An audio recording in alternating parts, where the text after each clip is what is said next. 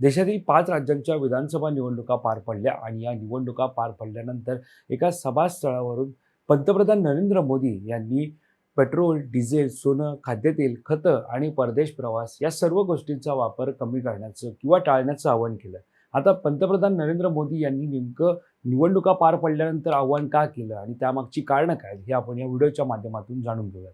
भारत एकूण गरजेच्या 90% क्रूड तेल आयात करतो. इराण युद्धाचा परिणाम झालाय होर्मुझच्या समुद्रधुनीत होणाऱ्या तेल आणि गॅसच्या वाहतुकीवर. पण याच सागरी मार्गाने जगातील 20% क्रूड तेलाची वाहतूक होते. भारतही याच मार्गाने होणाऱ्या वाहतुकीवर अवलंबून आहे. या होर्मुझच्या समुद्रधुनीवर युद्धाचं संकट असल्यानं बाजारात उपलब्ध क्रूड तेलाचे भाव मोठ्या प्रमाणात वाढलेले आहेत. क्रूड तेल विकत घेताना बहुतांश वेळा डॉलर्समध्ये पैसे मोजावे लागतात.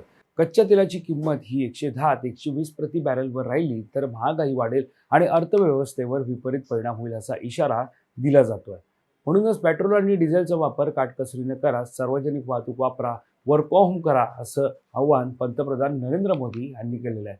जैसे एक बड़ा संकल्प है पेट्रोल डीजल का संयम से इस्तेमाल करना, साथियों हमें पेट्रोल डीजल का उपयोग कम करना होगा. एकीकडे क्रूड तेलाच्या किमती आणि उपलब्धता पाहता होणारे अर्थव्यवस्थेवरील परिणाम लक्षात घेता मग सोनं खरेदी करू नये असं आवाहन करण्यामागचं नेमकं कारण काय असावं? साथियों, गोल्ड यानी सोने की खरीद एक और पहलू है जिसमें विदेशी मुद्रा बहुत अधिक खर्च होती है. एक जमाना था जब संकट आता था, कोई युद्ध होता था तो लोग देश हित में सोना दान दे देते थे.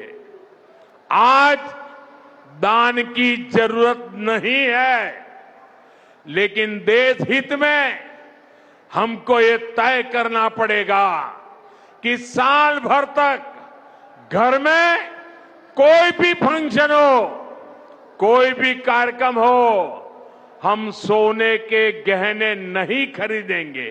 तर भारत जगातील सोन्याचा सर्वात मोठा ग्राहक आहे. भारतात सोनंही आयात केलं जातं असून त्याची किंमत ही डॉलर्समध्ये मोजावी लागते. गेल्या वर्षभरात सोन्याचे दर 60% वाढलेत आणि 2024-25 या आर्थिक वर्षात भारतानं जवळपास 71.98 अब्ज डॉलर्सचं सोनं आयात केलं होतं.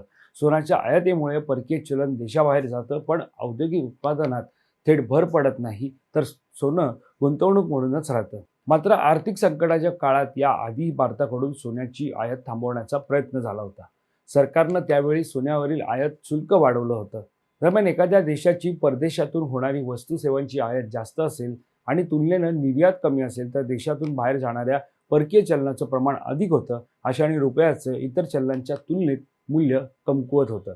त्यानंतर त्याचा अर्थव्यवस्थेवर परिणाम होतं आणि महागाई वाढण्याची भीती वाढते.